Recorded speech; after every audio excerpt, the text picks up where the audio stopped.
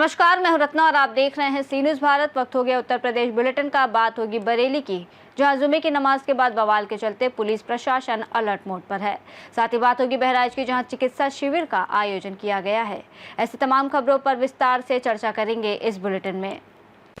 खबर यूपी के रायबरेली से है, जहां शासन के निर्देश पर रायबरेली जिलाधिकारी हर्षिता माथुर व पुलिस अधीक्षक यशवीर सिंह ने मिशन शक्ति फेज 5 के तहत शहर के GGIC स्कूल में पहुंचकर वहां पढ़ रही बच्चियों को सरकार के द्वारा चलाई जा रही योजनाओं की जानकारी दी है। पुलिस अधीक्षक ने बताया कि 22 सितंबर से प्रदेश सरकार के निर्देश पर चलाए जा रहे मिशन शक्ति के 5वें चरण के अभियान के तहत आज वहां मौजूद बच्चियों को कानून के बारे में जानकारी देने के साथ ही सेल्फ डिफेंस के बारे में भी जानकारी दी गई है।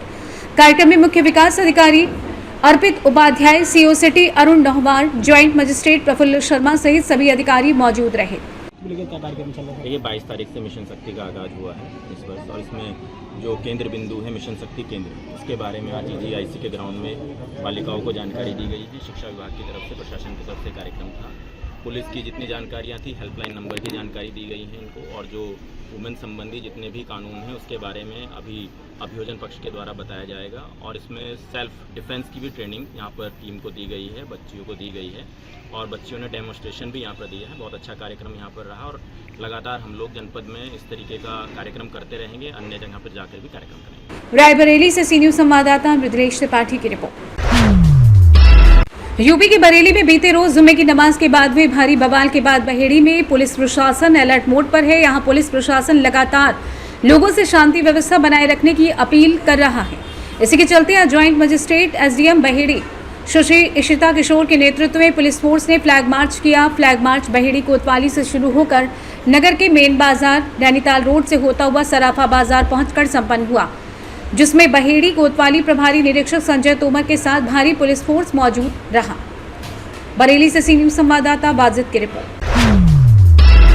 बहराइच रुपईडीहा थाना क्षेत्र अंतर्गत ग्राम पंचायत सहजना में 42वीं वाहिनी सशस्त्र सीमा बल की सीमा चौकी मुंशीपुरवा के कार्यक्षेत्र में स्थित ग्राम पंचायत सहजना के पंचायत भवन में निःशुल्क मानव चिकित्सा शिविर का आयोजन किया गया, जिसमें सामुदायिक स्वास्थ्य केंद्र नानपारा के डॉक्टर पारुल यादव व डॉक्टर संतोष यादव द्वारा ग्रामवासियों का निःशुल्क स्वास्थ्य परीक्षण, निःशुल्क टीकाकरण और औषधि वितरण किया गया।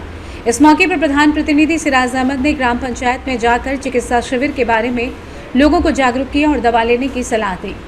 बहराइच से सी न्यूज़ संवाददाता नईम खान की रिपोर्ट। खबर गाजीपुर से, जहां संगठित अपराध से अर्जित संपत्तियों पर पुलिस का बड़ा एक्शन देखने को मिला। गाजीपुर पुलिस ने IS 191 गैंग के पूर्व सरगना मृत मुख्तार अंसारी के करीबी रियाज अहमद अंसारी की करीब 24 करोड़ रुपए मूल्य की बेनामी जमीन कुर्क कर जब्त कर ली। ये कार्यवाही जिलाधिकारी के आदेश पर गैंगस्टर एक्ट की धारा 14(1) के तहत की गई। कुर्क की गई जमीनें गाजीपुर और मऊ जिले में यास्मीन जमाल, पत्नी परवेज जमाल व उसके पिता एनुअल के नाम से खरीदी गई थी। गंभीर आपराधिक इतिहास रहा है। रियाज अहमद अंसारी पर हत्या के प्रयास, जालसाजी, धोखाधड़ी, गैंगस्टर एक्ट और SC/ST एक्ट समेत 1 दर्जन से अधिक गंभीर मुकदमे दर्ज हैं। वहीं उसका सहयोगी फरार है। अपराधी परवेज जमाल भी कई मामलों में वांछित है। कुर्की में शामिल टीम अपर पुलिस अधीक्षक ग्रामीण क्षेत्राधिकारी कासिमाबाद, तहसीलदार कासिमाबाद तथा थाना प्रभारी कासिमाबाद में पुलिस बल मौजूद रहे। गाजीपुर से सी न्यूज़ संवाददाता हसन की रिपोर्ट। खबर गाजियाबाद से, जहां दोस्तों ने ही दोस्त की हत्या कर दी। इस घटना को अंकुर विहार इलाके में अंजाम दिया गया था। दरअसल पुलिस को बीती 17 अगस्त को मृतक के परिजनों ने अपने बेटे की गुमशुदगी की रिपोर्ट दर्ज कराई थी और पुलिस तब से ही गुम हुए युवक की तलाश में जुटी हुई थी। आसपास लगे CCTV सर्विलांस व मुखबिर तंत्र को भी एक्टिव किया गया। इस बीच पुलिस को ये सूचना मिली कि एक युवक घायल अवस्था में अंकुर विहार थाना क्षेत्र में पड़ा है। इससे पहले स्थानीय अस्पताल में भर्ती कराया गया है, जहां से उसकी हालत को गंभीर देखते हुए उसे दिल्ली के GTB अस्पताल में भर्ती कराया गया। लेकिन 19 अगस्त को उपचार के दौरान उस युवक की जान चली गई। पुलिस ने एक बार फिर से तफ्तीश करनी शुरू की तो पता चला कि गुमशुदगी दर्ज करने आया परिवार का ये वही बेटा था जो अमृत अवस्था में दिल्ली के GTB अस्पताल में मोर्चरी में मौजूद है। पहचान होने के बाद युवक के शव को उसके परिजनों को सौंप दिया गया। वहीं पुलिस को कुछ ऐसे सुराग मिले जिनसे उनका शक मृतक के दोस्तों पर चला गया। उसके दोस्तों ने बताया कि घटना वाले दिन ये मृतक युवक के साथ थे और उन्होंने इस घटना को अंजाम दिया है। अपनी शर्ट से उन्होंने पहले युवक का गला घोंटा, जिसके बाद वो अचेत अवस्था में वहीं पर फेंक कर चले गए। इस खुलासे के बाद पुलिस ने 2 आरोपियों को गिरफ्तार किया है, जो कि मृतक के दोस्त बताए जा रहे हैं। सर, एक हत्या का खुलासा किया गया है। कौन था मृतक और पूरा घटनाक्रम क्या रहा, कितने आरोपी गिरफ्तार किए? दिनांक 25 सितंबर को श्री असगर है, जो कि राशिद अली गेट के रहने वाले हैं अमलोनी, उनके द्वारा एक तहरीर देकर के मुकदमा थाना अंकुर विहार को दर्ज कराया गया अपने पुत्र आदिल की हत्या के संबंध में। इस संबंध में जब घटनाक्रम पूरा ये है कि दिनांक 17 अगस्त 2025 की शाम को जब इनका पुत्र घर पे वापस नहीं आया तो इन्होंने वहाँ पे तलाश किया। अगले दिन सुबह 18 अगस्त को भी तलाश किया। शाम को सूचना एक पुलिस को मिली थी कि एक व्यक्ति घायल अवस्था में एक समाधि स्थल है जब्बार गार्डन, थाना अंकुर विहार अंतर्गत, वहाँ पे पड़ा हुआ है। वहाँ से उसकी पहचान आदिल के रूप में हुई तथा उसको 50 सही अस्पताल लोनी में पहले दिखाया गया। वहाँ से रिफर करके वो जीटीबी गया दिल्ली में, जहाँ उपचार के दौरान उसकी 19 अगस्त की भोर में 4 बजे मृत्यु हो गई थी। इनिशियली उसके माथे पे कुछ चोट के निशान दिख रहे थे, बट जब इसकी पोस्टमार्टम रिपोर्ट आई तो उसमें स्ट्रेंगुलेशन आया। स्ट्रेंगुलेशन की वजह से इसका ब्रेन डैमेज हो गया था, जिसकी वजह से उसकी डेथ हुई थी। सर, आरोपी कौन है और ये मारने का मकसद क्या था? इसमें एक इसका मित्र समीर था, जिसने इसको शाम को पहले बुलाया था। दोनों की मुलाकात हुई थी, आपस में बातचीत थी, उसके बाद दोनों अलग हो गए थे। फिर जो मृतक आदिल है उसकी मुलाकात नौशाद और तवाब, ये 2 लड़के हैं जो कि युवक हैं, बल्कि उसी नसबंदी कॉलोनी के ही है, उनसे इसकी मुलाकात हुई। फिर आपस में इनकी गाजियाबाद से सी न्यूज संवाददाता राजेंद्र चौधरी की रिपोर्ट। राष्ट्रीय आयुर्वेद दिवस के अंतर्गत किया गया वृहद वृक्षारोपण। शनिवार को निर्माणाधीन 50 सैया युक्त एकीकृत आयुष चिकित्सालय तौरा में वृक्षारोपण किया गया। कार्यक्रम का शुभारंभ क्षेत्रीय आयुर्वेदिक एवं यूनानी अधिकारी वैद्य नीरज सोनी व 50 सैया आयुर्वेदिक अस्पताल अधीक्षक आशा वर्मा ने मां धन्वंतरी का दीपक प्रज्वलन व पूजन कर किया। कार्यक्रम में मौजूद डॉक्टर अलका ने महिलाओं में होने वाले रोगों एवं पोषण की कमी से होने वाली बीमारियों से बचने के लिए जागरूक किया। वहीं कार्यक्रम में योग प्रशिक्षित प्रीति त्रिपाठी द्वारा योगाभ्यास कराया गया। कार्यक्रम में प्रमुख रूप से doctor Neeraj Soni, doctor Alka Dixit, doctor Shri Pramod Kumar, Deshraj, Rakesh Hindraj सहित प्रतीक त्रिपाठी मौजूद रहे। उन्नाव से सी न्यूज संवाददाता शशांक की रिपोर्ट। खबर मुरादाबाद से, जहां जिला स्वास्थ्य विभाग में कार्यरत मलेरिया अधिकारी की शैक्षिक प्रमाण पत्र में फर्जीवाड़ा होने के बाद भी शासन से लेकर मुरादाबाद स्वास्थ्य विभाग इस ओर आंखें मूंदे बैठा है। शिकायत होने के बाद भी संतुष्ट निर्भीक जांच न होने वरिष्ठ चिकित्सकों की कार्यप्रणाली पर प्रश्न चिन्ह लग रहा है। शिकायतकर्ता मोइनुद्दीन के अनुसार मुरादाबाद स्वास्थ्य विभाग के मलेरिया अधिकारी प्रेम नारायण यादव की मार्कशीट की चुनौती देते हुए इसकी शिकायत शासन स्तर से की गई, बावजूद इसके उच्च स्तरीय अधिकारियों की जांच पड़ताल ठंडे बस्ते में चली गई। शिकायतकर्ता का कहना है कि प्रेम नारायण यादव की एक ही साल में आर्ट साइट व बायोलॉजी की मार्कशीट है। उनका कहना है कि स्वास्थ्य विभाग में प्रेम नारायण यादव आर्ट साइट की मार्कशीट से फर्जी नियुक्ति के लिए बैठा है। प्रशासन से लेकर शासन तक लोग इसमें मिले हुए हैं। शिकायतकर्ता ने मुख्यमंत्री, प्रधानमंत्री व उच्च अधिकारियों से पुनः जांच की मांग की है। शिकायतकर्ता का कहना है कि जिला मलेरिया अधिकारी प्रेम नारायण यादव शासन प्रशासन को गुमराह कर रहा है और सरकार को लाखों रुपए का चूना लगा रहा है। क्या नाम है आपका? मेरा नाम मोइनुद्दीन है। कहाँ रहते हैं? मैं बरेली रहता हूँ। क्या शिकायत करी, किस अधिकारी के खिलाफ की? मलेरिया विभाग में श्री प्रेम नारायण यादव, इनकी जो मार्कशीट है वो फर्जी है। आर्ट सेट से मार्कशीट है और एक ही सन में 2 मार्कशीट नहीं हो सकती, इंटर और की आर्ट सेट और साइंस सेट।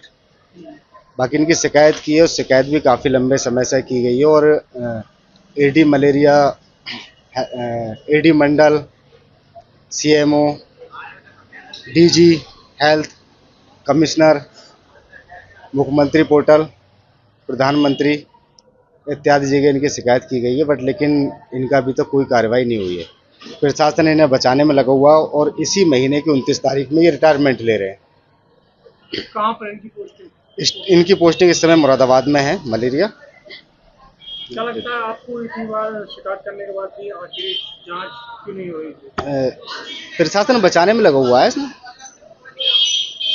और तो कोई रीजन होगा नहीं। क्योंकि सारी चीज़ तो मेरे पास सारे एविडेंस है और सारे एविडेंस दिए भी हैं मैंने।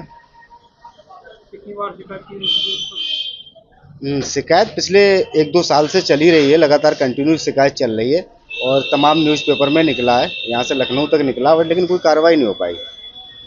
आपका ये कहना है कि एक ही साल में 2 मार्कशीट और जो अफसर नौकरी ली उन्होंने वो साइड में कर रहे हैं? हाँ बिल्कुल, एक साल में 2 बार।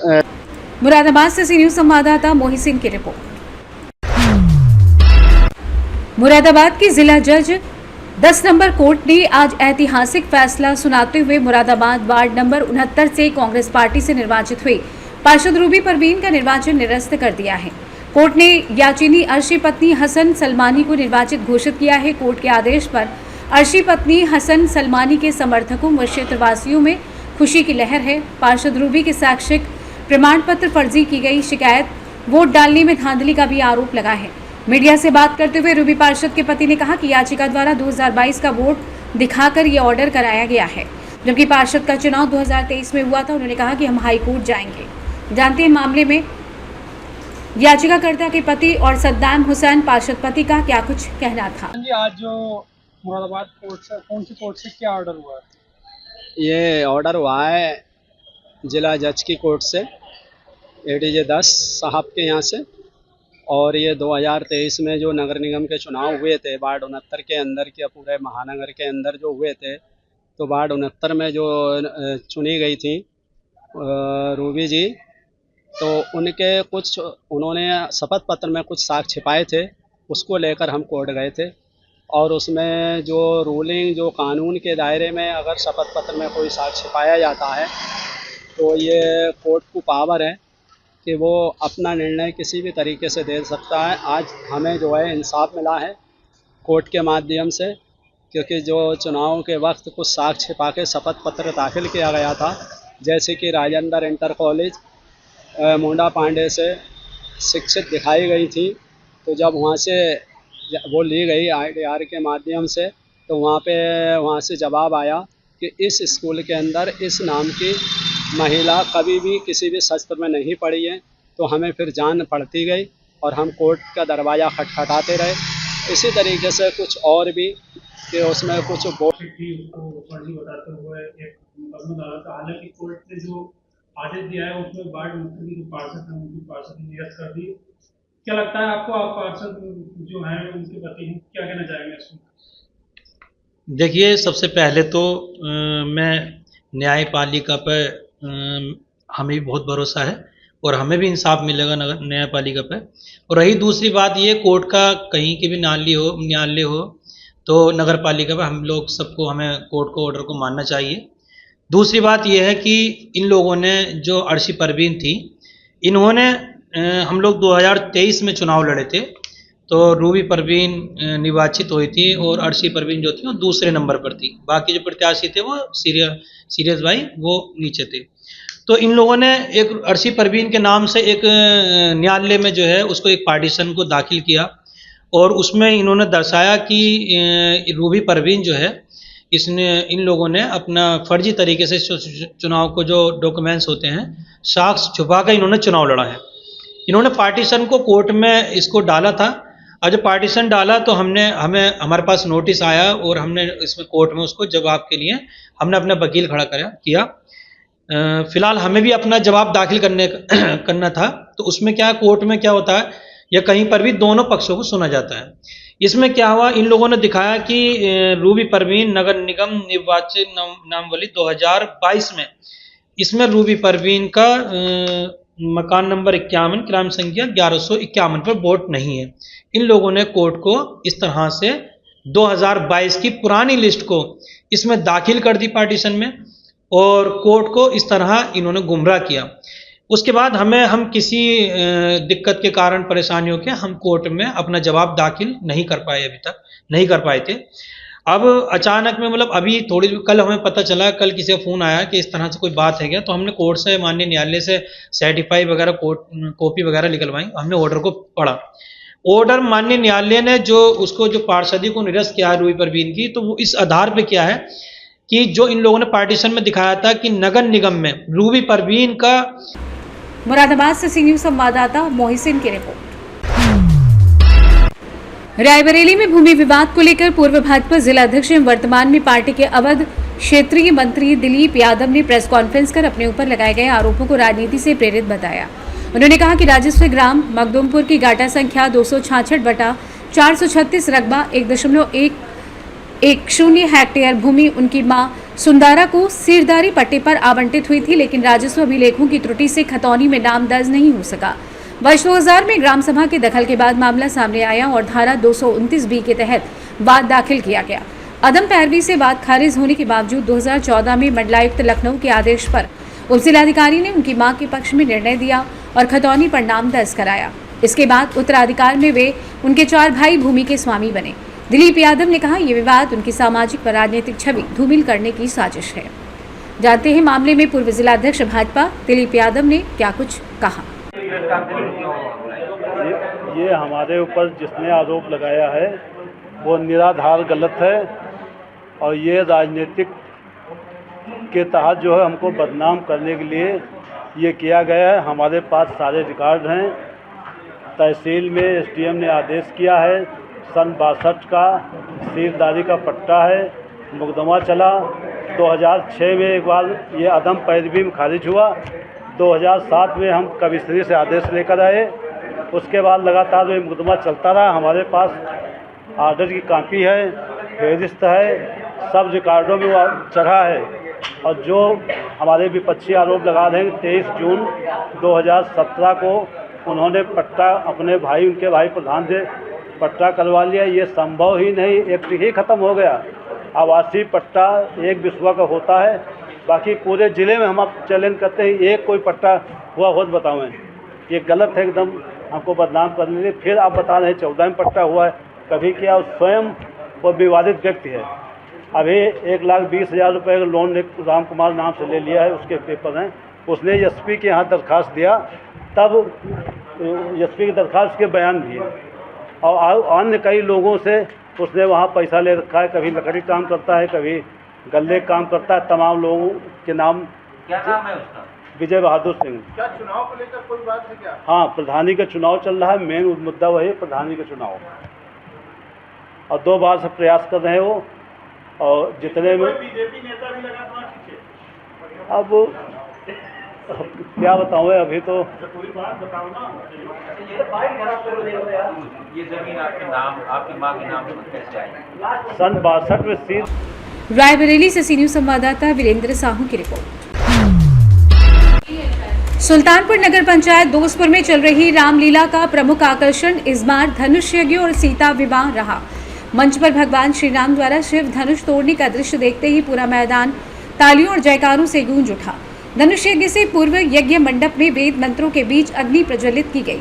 कलाकारों ने रामचरित के दृश्यों को इतने सजीव रूप में प्रस्तुत किया कि दर्शक भाव विभोर हो उठे।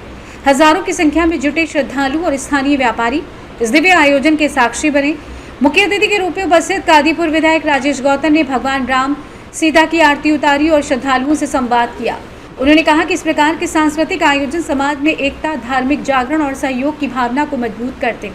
आयोजन को सफल बनाने में रामलीला कमेटी के अध्यक्ष राम रतन सोनी, पदाधिकारी दिनेश सिंह अग्रवंशी, अजय सोनी आदि की प्रमुख भूमिका रही। सुरक्षा व्यवस्था के लिए दोस्तपुर थाने की पुलिस के साथ पीएसी बल की तैनाती की गई। एसआई सियाराम के नेतृत्व में पुलिसकर्मियों ने पूरे कार्यक्रम को शांतिपूर्वक संपन्न कराया। सुल्तानपुर से सी न्यूज संवाददाता दिनेश सिंह अग्रवंशी की रिपोर्ट। फिलहाल इस बुलेटिन में बस इतना ही। देश और दुनिया की तमाम बड़ी खबरों के लिए आप देखते रहिए सी न्यूज भारत।